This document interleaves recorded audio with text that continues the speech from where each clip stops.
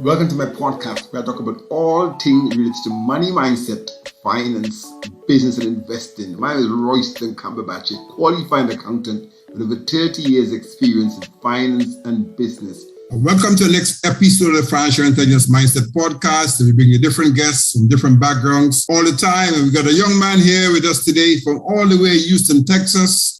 He's very much on fire. Just been speaking to him prior to this, obviously pressing the record button. And he's going to tell us all about how to fix your credit. He also has a military background. And as he was telling me, he's just not made for having a 9-to-5 job. So very much an entrepreneurial young man. So Clarence, introduce yourself and just tell us about your backstory. Maybe tell us why did you choose the military at first? Was it mandatory? And what are some of the things that you learned in the military that you use in your entrepreneurial life? Oh man, that's actually a great thing. The military in itself, I actually went in when I was about 19. I'm 32 right now. So yeah. I went to the military at 19. I just want to figure out what I want to do with my life. Like I did not know. I'm just like, I'm going to do this. I'm going to do that. We go to college. I was trying to formulate something for myself. I was trying to get an identity. And I know that in the military, it gives you structure. It gives you direction and understand the Army values. And one thing that stood out to me the most is integrity. Integrity, like I said, is just doing something to where you don't do it for glory. Like you just do it when nobody else is looking. You're being who you are. You're taking that mask off and say, you know what, this is who I am. I'm always going to do the right thing. I don't need cameras in front of my face. I'm doing it because this is who I am. And that military in itself, it lets you know to be determined, never accept defeat, no matter what. And I think that in itself transfigured into my life for my entrepreneurial spirit and allowed me a flame in my chest to keep going, no matter how much money I was losing or how many times I got scammed or how many times I was just trying to do something for myself to get forward. I've never really been stable with jobs. So as an entrepreneur, I'm like, I would get sales jobs. I worked at Vector Marketing, IMA, NCL Financial, Portfolio Recovery, you name it. I had some great jobs. I even worked there still doing warehouse, but I kind of quit that off. I'm like, I'm not a hands-on person. I'm like, that don't make any sense. I'm killing myself for no reason. I can't do it. So,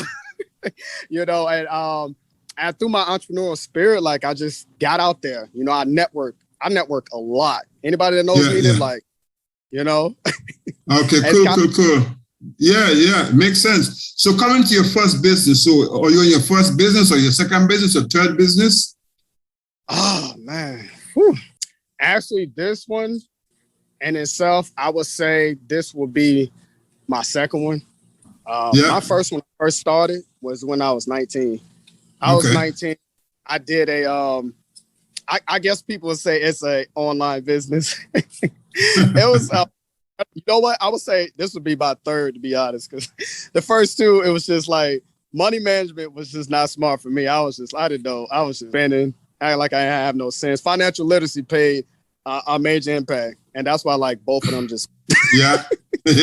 So how much money did you, how much money did you think you, by not being financially literate and running a business, how much money would you say you lost? Before I started? Well, no. So obviously you started your first business at 19. And I guess that you're obviously in the military. I guess you enter the military now, and then you're probably running business again. I mean, so how is important would you say is being financially literate to avoid losing money in business? I would say it's very important. Not being financially literate, which is actually plays a major difference on how to manage your money, knowing the difference between an asset and liability and expense and income. That play I didn't know. It's kind of like we as entrepreneurs, you just want to get out and do it. That's good, but there's no strategy behind it. I was I always had this energy, but you can have all the energy and passion, but with no strategic direction, you can't walk into the right place. That's how I tell people that's the point of formulating a business plan. It's not just for the lenders and loan. That's for you. So you can check yourself and go back and update it and keep yourself on track, because it's easy to deter and get off. And that's what kept happening to me during my journey. I would think that being financially literate is just having the ability to say no, even to your loved ones. Because if you can't say no to yourself, you can't say no to anybody else. You cannot say no. I can promise you. It doesn't matter how much money you make. You will not accumulate wealth. Everybody wants to be rich. Another word for rich is no. I want to be wealth. Means to be wealth. That means I'm going to retain the assets that I do have, and I'm going to keep, guess what? Backtrack. Robert Kiyosaki. Take your business income, transition it, and guess what? Take it, switch it to the left. You got passive income, And you got portfolio income. Yeah. Passive income, guess what? That means money that's going to come in regardless. So guess what? For businesses fail. That's just what it is. But you have to allocate properly. And I learned that. I like it. So how did you go about learning financial literacy? Or how did you go about learning about how to run a business? I mean, like, did you do courses? Did you read books? I mean, you mentioned Robert Kiyosaki a few times. So talk to us about the kind of books you read, kind of courses you done. Yeah. Oh God. I love to read, dude. Like, honestly, I've always been smart. I'm like a super nerd. Yeah. I love it. Books in itself, books are journeys, but books are experiences. Okay. And this is how I learned business was me, but I give praise to God first and foremost, but I put the work in. I literally read all the time. Some people, it's a difference in read, okay? Because you can read something, but not understand what you just read. Okay. Yeah. It's actually a strategy behind it. Anything I read is complete on money management, on business. When I started in business, I started off how to start a business. You can go on Google, but the thing is, it's too much information, but then it's too much bad information. Not everybody's a good teacher. Remember that. Because some people teach that they don't understand. So in order to understand, I just started reading books. I started reading Rich Dad, Poor Dad. I read Incorporate. I done read How to Start a Small Business. I've read so many books on business. I can't remember every title. It's literally probably been over 200-300 books. I keep reading. Some people say, take the top 5 books and that's it. No, you want to consistently read. But when I read, I study and I implement and I put it away. A lot of people keep books. You don't need it. When you're done, give it to somebody else. Give it away for free. Give it to the youth because they're going to need it even more. Every time I read it, I would study it. I would take down notes and I implement it into my life, meaning I will execute deadline. That's how I up with that. And I would network and speak to people who've already had successful businesses. I'm like, okay, I'm doing this. What do I need to do? They said little because time is the most valuable asset. People that run businesses don't have time to waste at all. So if you're not serious about investing in yourself, mentors can't take you serious if you don't value time. You can't call your mentor for 3 hours a day. Yeah. If he say he's available for an hour, he's available for an hour. And it's up for you to take yourself serious. So that's what I did. I invested my time into any and everything about books. I was able to formulate a system. You got administrative, making sure who's going to handle the task, who's going to get this done. Delegation in itself on how to effectively run a company. Because I realized when you do everything yourself, a small business stays small because they fail to prepare themselves. And when you do everything for yourself, it's eventually going to burn down into the hole. And there's also a lack of money management, a lack of direction. You have to plan beyond what you actually see. I'm going public sooner than later. I love it. Get there. You get what I'm saying? I'm not delusional. It's executed. It's tasks, it's goals, it's quotas, and working with people, appreciating, taking a breath. I'm outside. I'm not working right now. I'm taking a breath. I need time for me. I take time for you. I hear you, man. I hear you. No, I mean, I feel you, man. I can feel your energy and I can see as you say that, a business is not one person. And also when you want to run a successful business, you have to learn from others, whether it's mentors, whether it's books, whether it's case studies, but you got to apply yourself to learning first, right? And that's kind of why I host the podcast, so people can listen and learn, right? Because if they listen and learn, hopefully you drop a few gems that they can think, that was great, so they can avoid some of the lessons, some of the mistakes that you made.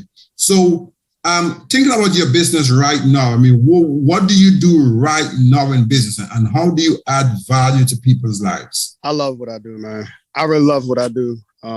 Integrity Credit Fixed Sources, to me, I stopped saying we, because this is us.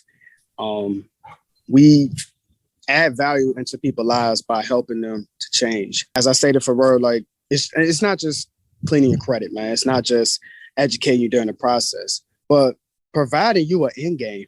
Who's going to take that step to go the extra way for you? I always tell people, you're not making a payment. You're investing into yourself and you deserve that. You sacrifice so much for everybody else. And we want to let you know that it's okay to sacrifice for yourself in order to help those around you. I stand to empower people around.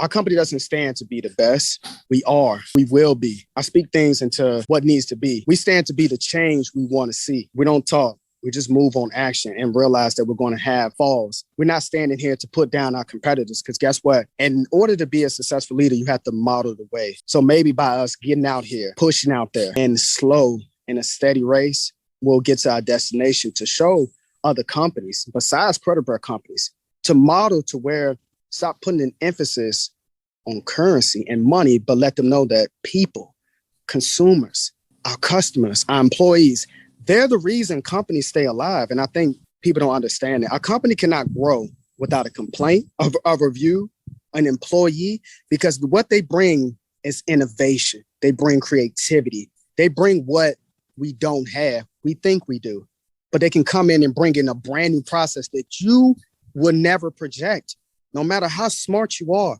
As people that don't know anything, that will show you something beyond your imagination. I think people in itself will help to catapult and push our company in that direction. So that's what we say, you know what, we're open to any type of changes. We don't know everything. We're open to that. You know, we believe in opportunity in everybody, you know. I got it. So who is the typical customer that you serve in terms of someone like right now, if they were listening to this, who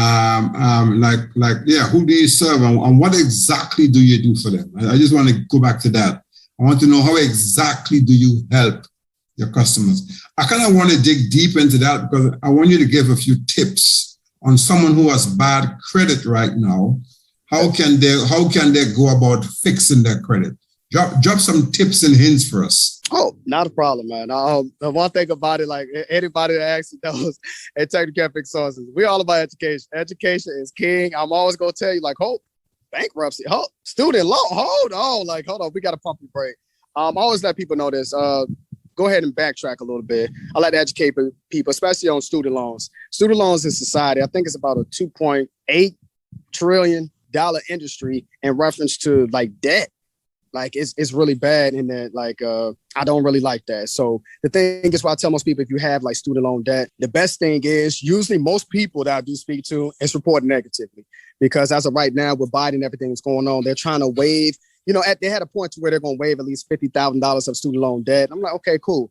But it's people that's like $300,000-$400,000 of student loan debt going to medical school, and they're investing in themselves, they're sacrificing, but they're barely getting by to even make those payments. I always tell people this: the smartest thing you can do is either first, when you actually, if you have the fund, I'll break it down from there. If you have the funds, to try to consolidate, put your loans all into one payment, okay? And because the thing is, with your student loans, I always tell people to try to defer it. When you defer it, you can defer your payments every 3 years. A lot of people do it. And the only benefit to that is that the government will pay the interest during your suspension period. Okay. Always remember that. Okay. Any other option, I wouldn't even say to do that. I know a lot of people that actually are in school, but I tell my clients, if they're current right now, they're making payments. I'm like, listen, just consolidate it, put it down into one affordable loan, and always defer your payments to what you actually can't afford. But unfortunately, life happens to people. And if you can't afford to make a payment, don't put yourself in a situation. So what we do, if we have clients, most of them have student loans that are reporting negatively, as I would say. And I tell them this, I said, listen, first you need to know this, your debt can come off, okay? There is a way. You just have to believe and take a chance, okay? First things first, it depends on how your debt is being reported. You have to remember there's negligence upon furnishers, meaning your company that you're dealing with, meaning the government, they mess up. And when they mess up, we catch it. Okay. Negligence is one reason to get your debt off. Okay. Paperwork is everything. Pay attention. Pay attention to every penny. I don't care if it says $3,253. Where's the 53 cents? That's negligence. That's an error. They cannot report erroneous or inaccurate information on your credit report. You remember that. And payment history is everything. Pay attention to how your payments are being reported. Make sure your payments are being reported. If you make your payments on time and you've checked for the past 5 months that haven't been reported, that's an error. That's hindering to your score. You want to mention that because guess what? That right there can boost your score right back up. Never stop making your payments. I would never tell people stop doing that. But when you don't have it, when you can't afford to pay it, that's cool. That's when you come to us. We can help you. We'll challenge your debt based upon inaccurate information that they have up there and the negligence of your creditors, aka your furnishers. Furnishers in itself are established into an agreement. Okay, that agreement is actually with the credit bureaus. Okay, the credit bureaus, you have three of them: Equifax, TransUnion, and Experian. What they provide are Vantage scores. Okay, now I know you heard of FICO. FICO is king. Everybody utilizes FICO, but you have to realize this: FICO was the very first credit score, which was invented back in 1989. Boom, you're here to in our credit education briefly. We're going to open up your mind a little bit. Another thing to go ahead and let you know, besides getting your student loan off, okay, we would challenge it. Okay, well, I tried that. Another credit bureau company, it didn't work. Exactly. Number two, you can get your debt waived off due to an illness. Yes. If you have some type of illness, say, for example, bipolar, schizophrenic, during the time frame that you were actually going to school, and it have to show for at least 5 years. Okay, pay attention. Upon that, and you actually have documentation to show that, like from your physician, you can get it off. If you're in the military, listen up, my military people. If you're in the military, it can actually come off. If you were diagnosed with PTSD, post-traumatic stress disorder, paperwork, guess what? That's another way to actually get that off. Okay, there's many ways to challenge to get your student loan off. Because just know this, there is hope out there, but you have to be willing to take that chance. Okay, just to go back, on reference to the debt and everything that we can help you to remove late payments, inquiries, collections, medical collections, charge-offs, bankruptcies. Now some people that actually have liens, and say for example you have tax liens or judgments. Update: 2017, Equifax, TransUnion, and Experian agreed to remove any, at that time, they were just unable to collect that debt. Okay, because they're constantly trying to reach you. It went from collection to a charge-off to where they were unable to collect the payment. You might go from a repossession to a charge-off because they were unable to collect that payment. Okay, pay attention to this. I keep telling you, paperwork is everything. You don't have to lie. With me, I don't focus on the negativity of my environment. Okay, of our company. Our industry is known to be high risk, unfortunately. There are people that have credit and there are people that don't have credit. The only way you know you're dealing with somebody that knows what they're doing, question. Go on Google.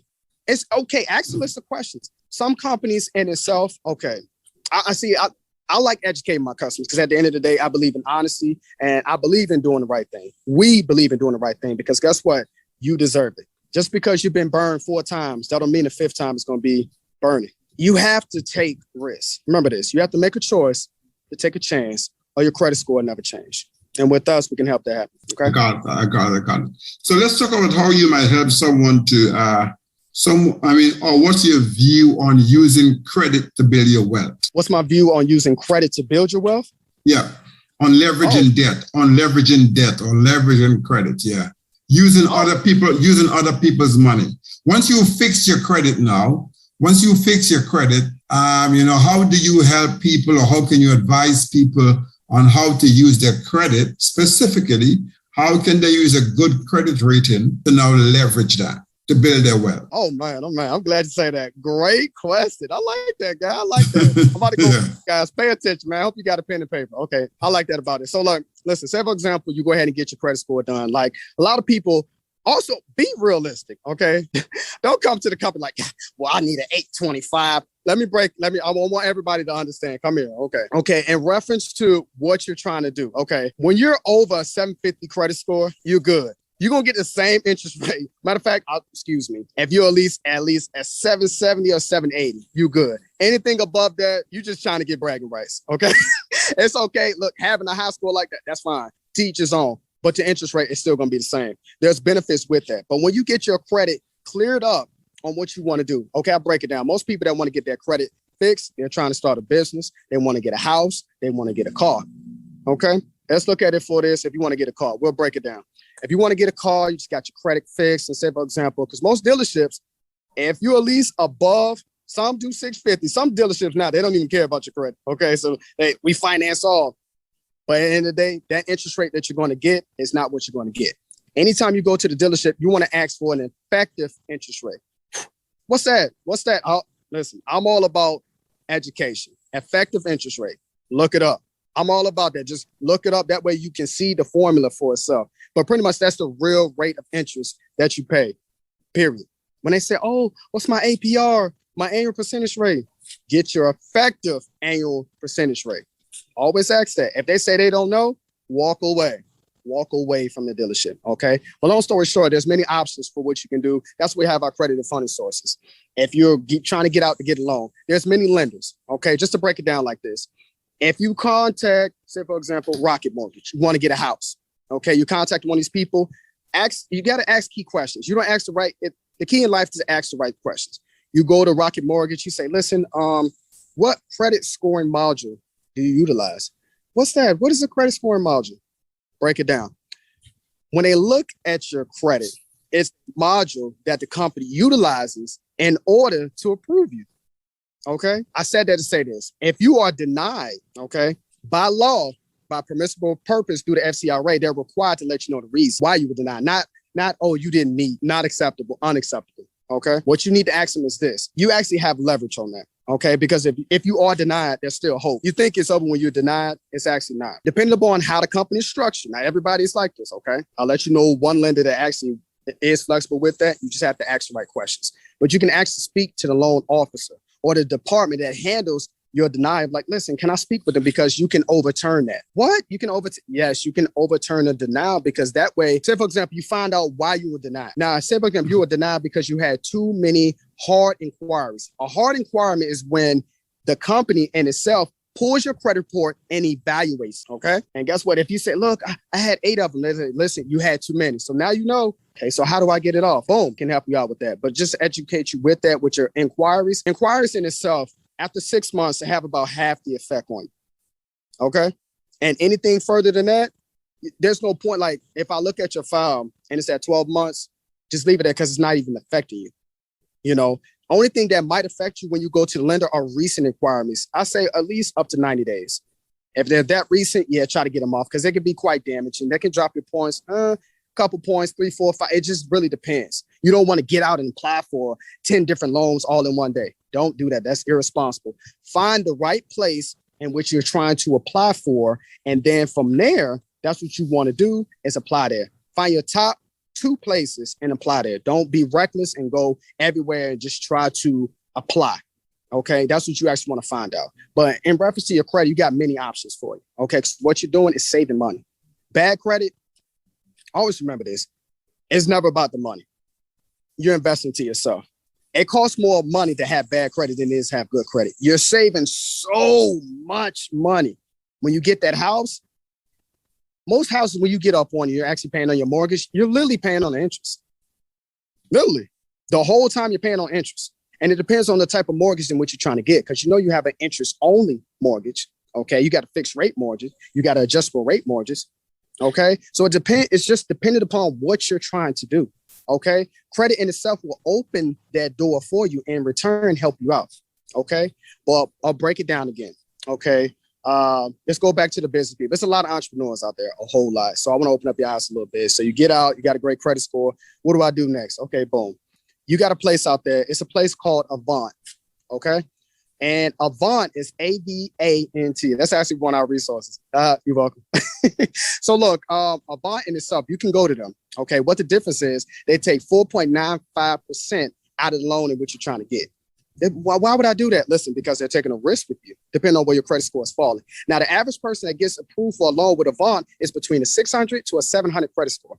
Yes, I said 600 to a 700 credit score. All right. And Avant in itself pulls from Equifax. Okay. So when you check your score, if that's where you fall at, contact them. It's very simplistic. They were actually on a Fortune 500 company. A lot of people know about them. A lot of people don't. But like I said, reading and studying, I keep update on all new Fortune 500 companies. They may not be as big, but they have the most potential than most companies out there that you're really aware of.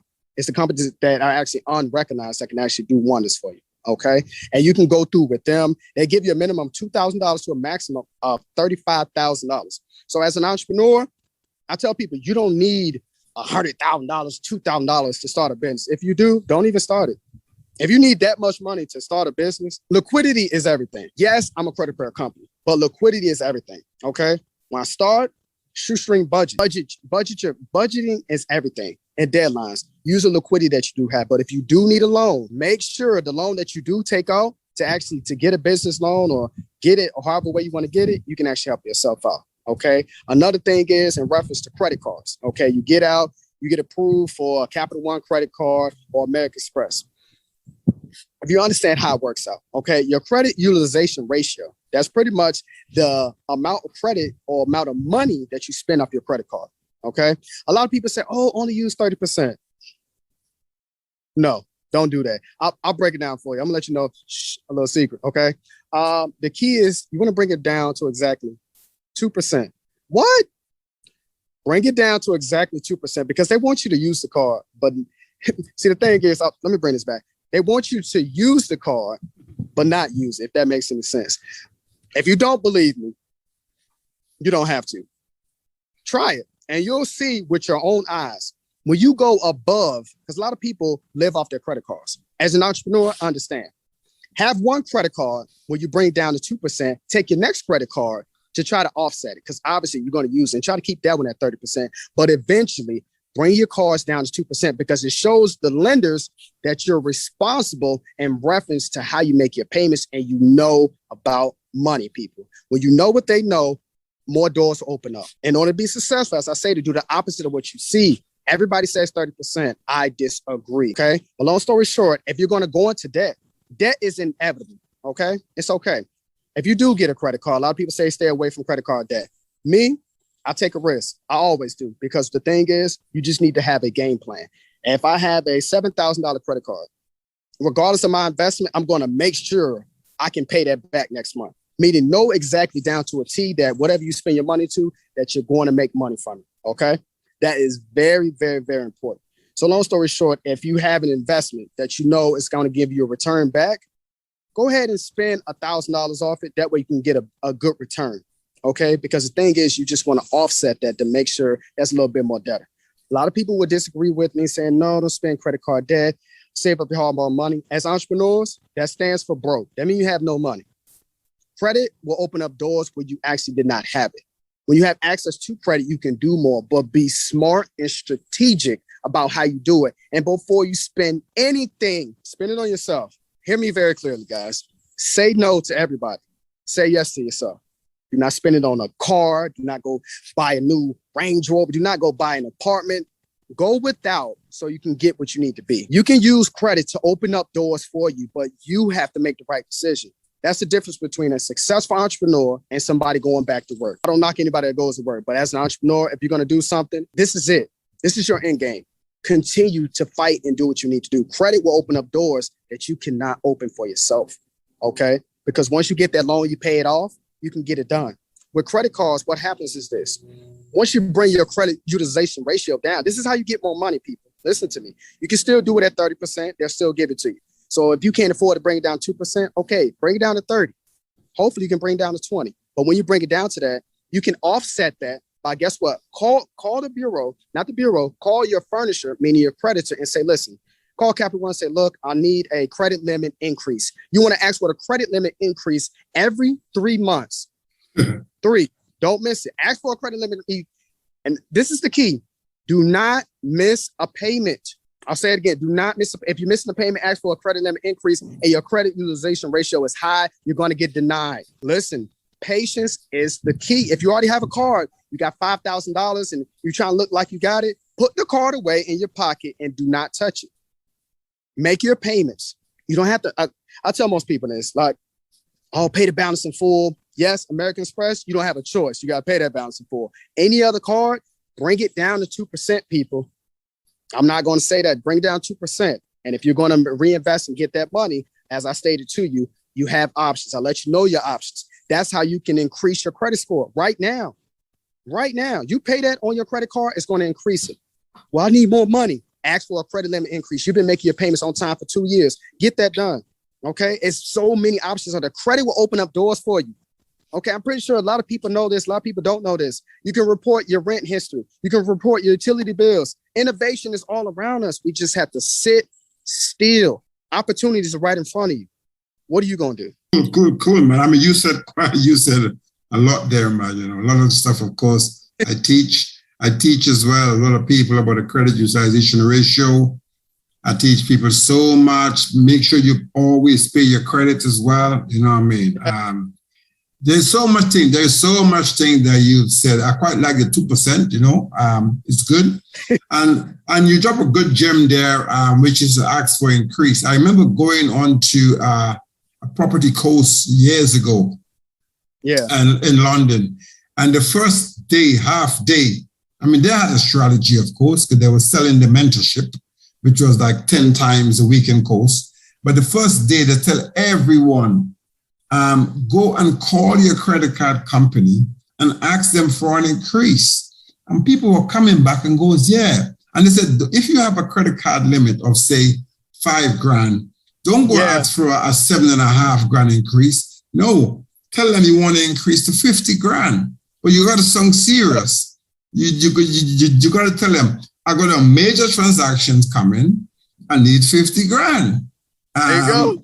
And it's funny because I've actually used this very similar strategy to be able to get hundreds of thousands available on credit. You know what I mean? Like I've got an unlimited Amex. I got Amex with over £50,000 available. I got MBNA with 50,000 pounds available because I kind of played the game. I mean, I don't use the credit now, but I'm probably at the 2%, 1% level of what I got available. You know what I mean? And a matter of fact, I actually met a yachtsman years ago, and he told me something. Something about getting American Express, getting travelers checks, and just holding them. You know what I mean? And eventually, they might offer you a black card and all this kind of stuff. So there's lots of secrets that you actually dropped there. I know you were highly energetic, but talk to me about where can people find you? I mean, with all your passion, with all your energy, with what your company do, someone listening to you and it goes, man, this guy knows what he's talking about. Because I want to tell you this, right? That interestingly, although I'm originally from the Caribbean, living in London for some time, back in the Caribbean right now for a bit, this podcast is listened mostly in the US of A, which is quite interesting. So someone is listening to you in the US of A and they're thinking, man, who's this guy? This guy is good. I want to get in contact with him. I want to fix my credit. I want to leverage my credit. Where can they find you? Well, you can actually find us on Facebook. You can go to www.facebook.com/capital I, capital C, capital F, capital I, capital X, capital S. So facebook.com/icfixs.com. You can go directly to our website, or you can reach us. We actually have support available to take calls for you. It's www.integrity. That's I as in igloo, N as in Nancy, T as in Tom, E as in Echo, G as in Go, R as in Rick, I as in Igloo, T as in Tom, Y as in Yankee. I know it's long, guys. I'm here. Integrity, credit, that's C as in Cat, R as in Rick, E as in Echo, D as in Dog, I as in Igloo, T as in Tom. Fix, F as in Frank, I as in Igloo, X as in X-ray. Sources, I know, guys, we're almost done. S as in Sam, O as in Oscar. Guess what? U as in under, R as in Rick, C as in Cat, E as in Echo, S as in Sam.com. Or you can just go straight to Google, just put in Integrity Credit Fix Sources, LLC, and we'll pop up. You'll see our Facebook, you'll see our webpage. Get up there, contact the number on the website. Like I said, we're available. We got client support up there. If we don't answer, please just leave a voicemail. Trust me, they're going to get right back to you. Believe me, we're here to assist you, to help you get it done.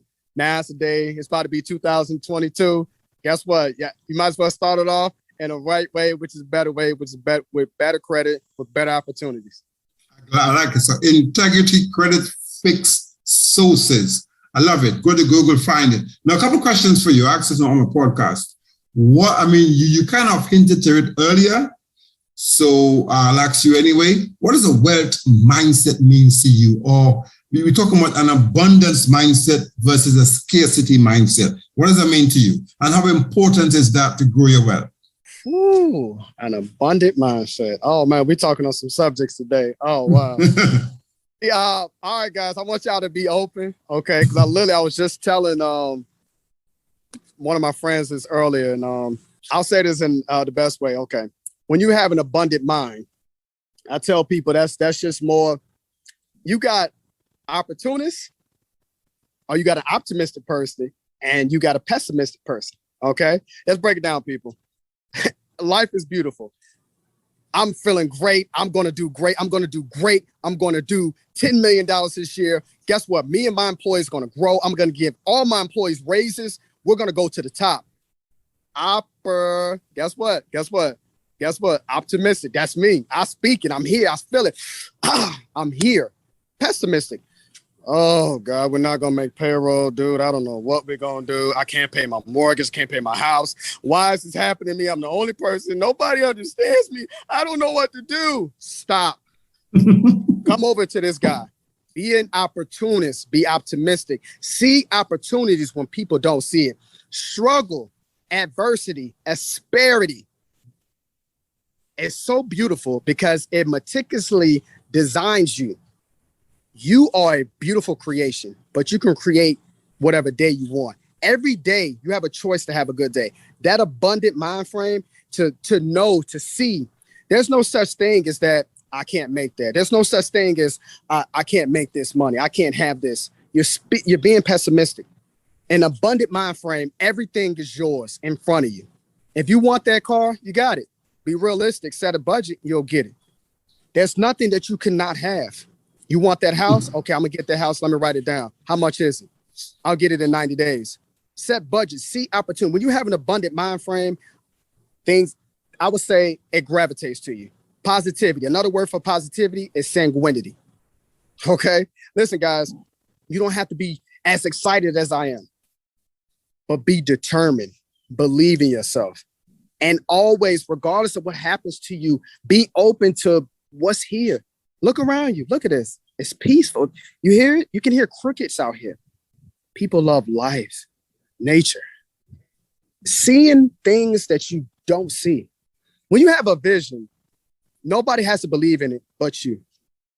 You don't have to tell me, oh, you know, your company never go public. Oh, I'm sorry you heard that. Less talk, more action. Move in silence, just do it. Yes, we're full of energy. You can be the most positive person in the world, but not getting any results. You have to believe everything you do. Be positive and believe and take action. Amen. Faith, gotta faith, man. You gotta faith, yeah. I love it, man. I mean, you on fire, man. I'm glad you came on. I'm glad you came on today, and I'm glad, you're a real person. You know, as I said, first I started talking to you, and you were like, we're walking the dogs out there. Like, are you gonna stay out there, or you say, yeah, man, I'm here. But I can see why you're probably outside in the nature, because I think what happened is that knowledge flows better. I mean, I did some public speaking training, and my mentor, he says, there's no need to store knowledge like in your head, just store it in the cloud, and you can pull from it. And like on my podcast, I don't give questions beforehand. It's just a conversation. Of course, there are a few questions I asked. What I'm doing is that I'm allowing people who I speak to pull from the cloud, to pull from their cloud. Whatever cloud they're existing, you know what I mean? So I quite like your answer.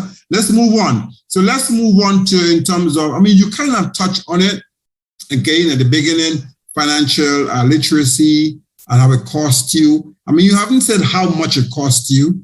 So, and we haven't talked about any major successes that you've had.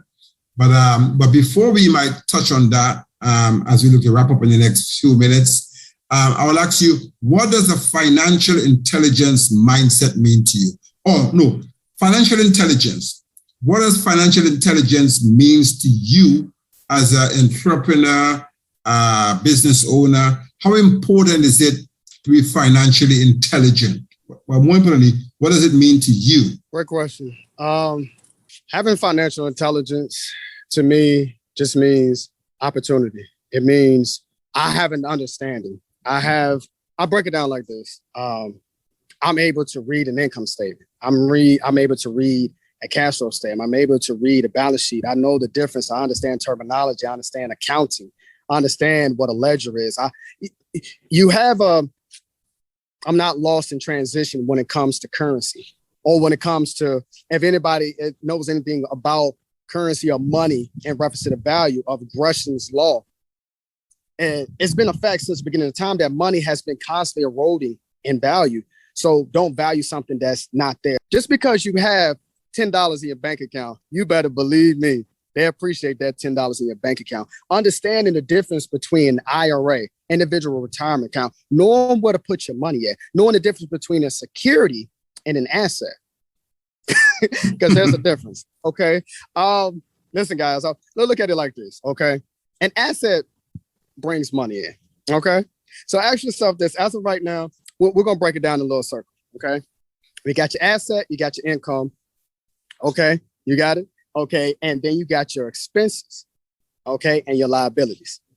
So ask yourself this: what do you have coming in?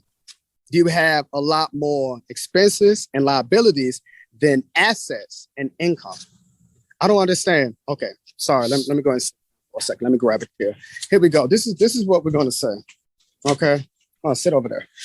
This is what we have. When you're financially intelligent, I can sit down and look at an expense. I can look at a report. I can look at a paycheck, and I know exactly where it's going to be allocated at. I know where I'm going to be saving money. I know what accountants know, and what accountants know about saving money in taxes. Yeah. Understanding that where you put your money at, where you can take your money and incur interest off.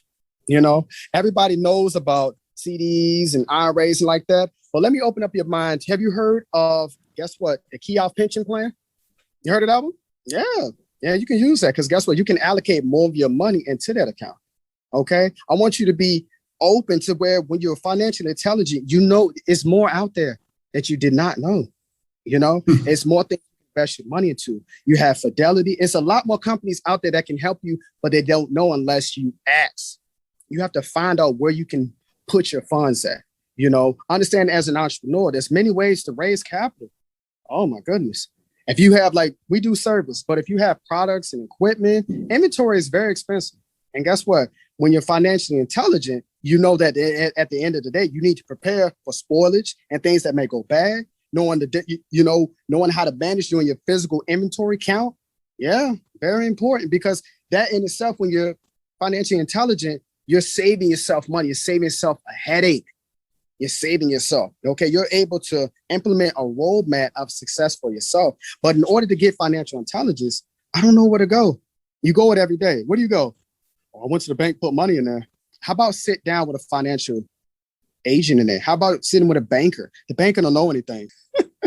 Yeah, they actually do. How about sitting with the manager of the bank? The bank in itself is literally a financial kingdom in there. Okay, they have access to institutional investors. What's that? Those are people that got access to all the good investments. That's what you want to network. Networking, meaning if you're going to network with me, okay, how business people are, because at the end of the day, you're investing in time. Okay, look, I know you do business. Look, I have a couple clients. Look, I'm going to send them over there to you. That way, you're in turn, you're building the economy if people don't understand, because I'm giving you business to sustain your business. In return, you're sending clients to me to help sustain my business. And in return, it's going to establish a mutual relationship of growth. In order for the small business community to grow, you have to offer a hand. Don't think you have the greatest idea in the world. Trust me. It's not let's break it down for this. When you're financially intelligent, you see it like this, okay? It's not your service. It's not your product. You think it's the greatest. The world doesn't. It's your system that you have behind it. And when you're financially intelligent, you need to know this, especially when it comes to your money. You have people that can sit down. You can have $50 million, but you need to understand when you're looking at money, if you're losing money. How can you tell? Oh, no, I'm good. Are you? You'll be able to see the difference in reference to what's coming home to you and what's not. You know, you'll be able to tell if you're going to be late for payroll. You'll be able to tell if you're going to have enough to pay yourself or pay your family, pay your rent, pay your mortgages, to pay any expense that you have. Okay? Break it down like this.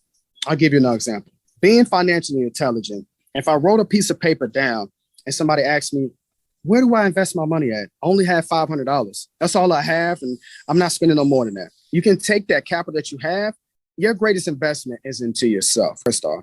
Second off, you can take that money and just put it to the side, okay? Take it and put it into an interest-occurring account, Okay, but certain accounts don't qualify. You need a minimum of $1,000. It just really depends. You know, we have a list of resources that we can send you to. The list actually goes beyond. But being financially intelligent, it's never really old. You're constantly learning. I'm constantly learning. There's so many new things out there, but I know where to look at. I know where to invest my money. There's companies out there to where you can go at that when you go over there, you can actually, say, for example, they will purchase the house for you. Literally, they will purchase the house for you. It's so much innovation out there to where, apologize, there's so much innovation out there. That's all right. Sorry about that. And you just have to see the opportunities, man, like everywhere. Being aware of the SEC, Security and Exchange Commission. Okay. Unfortunately, y'all ain't gonna put a business out there, but everybody know about Martha Stewart when she got in, got a little stuff. But at the end of the day, things happen. You know, when you try to get access to an IPO, which is the initial public offering before everybody actually knows, you can get in trouble. Okay? It's limitless, man. It's limitless. I think what you're saying, right? And obviously, like you just rattle off quite a few things. But I think, as I was talking about having knowledge in the cloud, I think when you're financially intelligent, you've got so much knowledge of how finance and the economy and business and accounting works that you can pull from it at any time and leverage it and use it to your advantage. You know what I mean? Yeah. I think that's what it is. So look, I'm not going to keep you. I think we've been going for an hour. But just before we go, I actually want to ask you this question and then probably look to wrap up. I mean, what has been, so just coming from the army, starting your business, doing all that kind of stuff, what would you say has been your biggest financial success? And what actually contributed to that? It actually depends on how you see success. No, but you obviously is how you see it. So it's obviously the question is that what has been your biggest financial success? So you did tell us what financial success means to you and what has been your biggest result. Yeah, financial success means to me is actually having purpose and doing what you love to do and making money with it. Money does not really entice me, excite me. So I'm not really the type of person to say, I made this amount of money, because that shouldn't push you. Whatever you're doing, make sure it's for your purpose. My most successful thing is being here, beautiful house, being here, being able to invest, being able to spend money that I know that it's not going to hurt, having opportunities available for me to know that I have purpose. I can make an investment. I can do things that I could not do when I did not have the money. Yeah, I got it. Yeah, of course. It's freedom. It's basically freedom. It's almost like freedom to do some of the things that you would like to do that you otherwise might have been handicapped. Yeah, exactly. Being able to do things that you always wanted to do, but being patient. Look, with me, I'm not a type of person gloat and be extra. I'll just enjoy it in the moment because I'm doing something that I love to do. Money has nothing to do with it. It just feels good. Of course. I mean, money has, as you said, money has nothing to do with it, man. I came from really humble background, and I understand what it's like to make hundreds of thousands, millions, and I also understand what it's like to lose or spend hundreds of thousands in record time. You know what I mean? And yet still I understand what it is to spend, a couple of $100,000 just traveling around the world. That's what I did, you know what I mean? So money for me is a utility, it's a tool by which you use to accomplish the things which you want to accomplish, whether it's invest, enjoy, share, educate. Yeah, it's freedom. It's a freedom. Yeah. So look, I want to thank you. Thank you for your time. And I want to say our podcast has been different. I think the energy has been different, but I want to say that your knowledge is unmatched in many ways. You know what I mean? Obviously, it's like, okay, and I can tell why you might find it difficult holding down a job. I can just from talking to you for an hour, I can tell why a job might be difficult for you, because I wouldn't say that you were the most structured person in terms of like, okay, here's a question, give me an answer, give me a short answer. No, you are a free flowing guy, So I think people like you just need to have time and use time to your advantage, in the sense of, not be limited or being boxed, being allowed to think and expand. And also, more importantly, I say, be allowed to help others. So I hope that a few people will get in contact with you. I think your company again is Incredity Credit Fix. Yeah, Integrity Credit Sources. Okay, and everybody media, man. Put in Integrity Credit Fix Sources LLC in the search bar. It'll pull up. You'll see like 508 military colors. Yeah. Man, Clarence Brown, I hope we keep in touch because I always, part of doing my podcast is also networking, building a community of people who I've spoken to, I've spent time with. If someone comes to me and have credit problems, I know who to go to. Someone comes to me, they want a mortgage, I know who to go to. So it's also building my network as well, my community of entrepreneurs and stuff who have actually spoken with. So take care. I'm wishing you massive success. Stay safe as well. And I'm sure that we're going to circle back again sometime. Thank you, man. Much love, man. Have a great day, man. Yeah. It's been a pleasure. All right. God bless you. Yes. Thank you very much for listening to my podcast. I hope you enjoyed the show.